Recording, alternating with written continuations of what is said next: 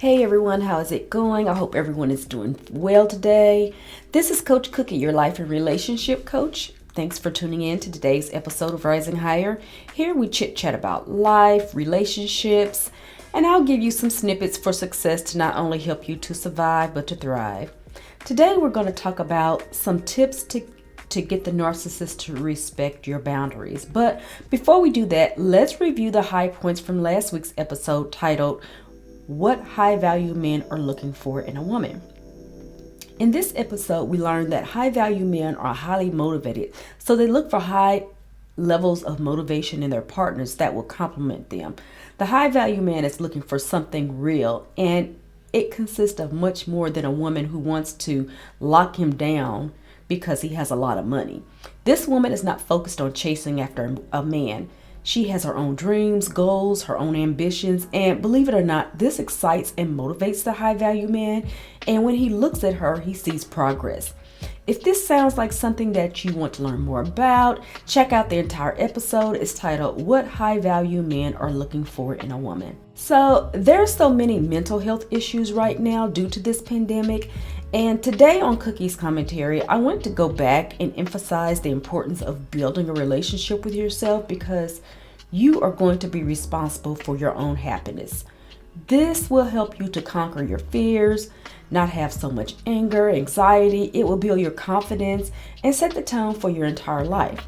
What's going to happen is that you're going to become a special friend to yourself.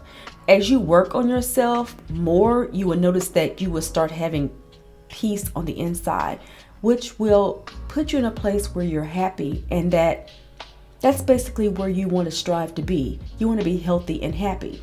This may be very difficult for some people, especially if this is something new for you. If you need some guidelines or some ideas to get started, I would recommend that you go back and listen to my episode titled, How to Break the Cycle of a Toxic Relationship. If you're struggling and need someone to talk to, hit me up at heycoachcookie@gmail.com to find out if you could benefit from one-on-one coaching.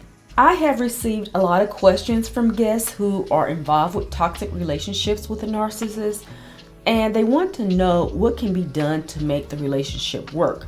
This is a very common question, but it's a very difficult one to answer because most people make the decision that it's not healthy for them to remain in an abusive, toxic relationship with a narcissist. But I do understand that everyone's situation is different, and people have different reasons as to why they may not have a choice, but they have to stay in the relationship. For example, they have children. They may have financial problems.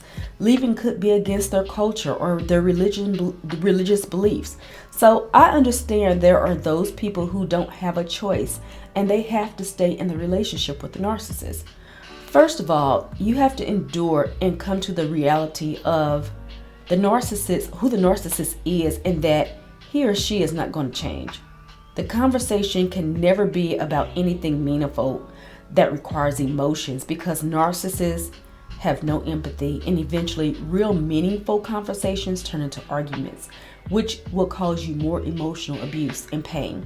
So your conversations are always going to be dry and basic. For example, talk about the weather or what would you like for dinner. What you're going to want to do is you're going to want to find a group of friends that is not in you and your significant other circle. And these friends are going to cultivate empathy and understanding and start spending time with these friends. Get involved with some community activities that you're excited about and have interest in. Spend more time with your new friends in these activities whenever you can. These ideals, basically, that's not going to resolve the problems that you're dealing with at home, but it will help you to become more resilient with how you deal with it. To any of my listeners out there, I would love to hear your idea on the topic and what are some of the things that you recommend for individuals who don't have a choice but to stay and are forced to stay in a toxic narcissistic relationship. Okay, we've been working on self-care and healing, and remember, the more you love yourself unconditionally, the less you will want to be bothered with toxic people, and it will become easier to walk away. I know that there are a lot of my survivors out here who have left the narcissist and who have gone no contact. But during your healing journey, your eyes will be open and you will see red flags everywhere. And you will find that you will have to deal with toxic, narcissistic people in your family or on your job. So today I want to give you some tips as to how you can get the narcissist to respect your boundaries. So if you are new with doing this with a narcissist or in any toxic relationship, it's going to be very difficult in the beginning and very intimidating. Remember that boundaries are just a way for you to let someone else know that what your values are. Consider what is important to you, what your values are, and work to create boundaries to support them. So getting straight into the values, tip number 1, consistently set boundaries with anyone and everyone who exhibits toxic behavior.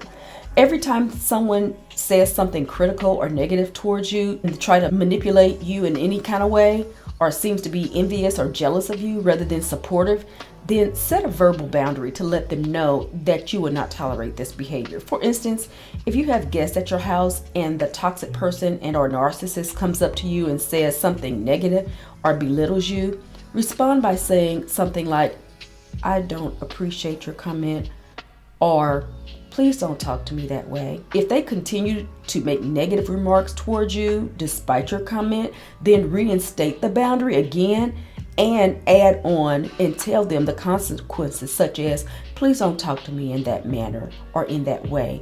If you continue, you will have to leave my house."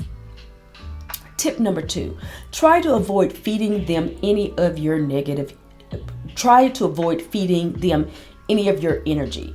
If a person is exhibiting toxic behavior, the person may very well not want to respect your boundary initially. Remember, toxic people such as the narcissist have a difficult time respecting anything, and that includes your boundaries. So they may try to push you to a point of starting an argument or manipulate you in a way so that you feel guilty enough to give in and do what they want you to do. It is important not to give the person any of your energy when and if this happens, meaning try to avoid giving their actions or words any time or attention. This is important because if they continue to try to push your buttons, then they want you to crack. They want you to lose your composure and start arguing with them, because then they may get their way. And it also puts them in control over the situation. Remember, the narcissist feeds off of positive and negative supply. So when setting boundaries, try to appear as calm as possible. Tip number 3, create distance from people who tend to be toxic. One very effective way to get toxic people out of your life is to simply stop spending so much time around them. Perhaps this means to minimize conversations with the persons or to stop spending as much time with one another. By creating distance from the other person, we are sending this unspoken message that their behaviors are not something that we want to be around. Depending on your relationship with this person, this can be extremely difficult. Keep in mind that just because you are no longer talking with the person as much as you were, it doesn't mean that the relationship is over. It simply means that the relationship is moving on to a new and different phase. This is going to be very common, and it's going to make a natural shift as you continue your healing journey. Tip number 4, trust that things will get better. When you're in the midst of stress and trying to set boundaries with the people with toxic behaviors in your life, it can be very difficult to see the light at the end of the tunnel. We may find ourselves wondering why we decided to even be bothered to start setting boundaries in the first place, because it's causing so much extra stress in our lives. I can assure you, it does get better. So keep on doing it, and eventually you will find yourself in a comfortable place that is virtually free of toxic behaviors and toxic people. If you're struggling with your healing process, or if you're dealing with some issues regarding a toxic relationship, maybe you need some tips on how to set boundaries. Let's talk about it. Contact me at heycoachcookie@gmail.com to see if you could benefit from coaching. The first 30 minutes are free. My inbox is always open. Feel free to contact me online, Facebook, Instagram at Rising Higher Podcast. To all my listeners, I would love to hear your thoughts on this topic and share your experiences. Remember, it will help other people who may be going through this, and I'm sure they would love to hear from you as well. Also, I want to be able to bring content that meets your needs. So if you have any questions that you would like for me to answer, or if you have a topic that you would like for me to do a video on, please let me know. Please remember to take time to subscribe, like, and share. This is Coach Cookie reminding you to love yourself first as we rise higher together. Talk to you soon.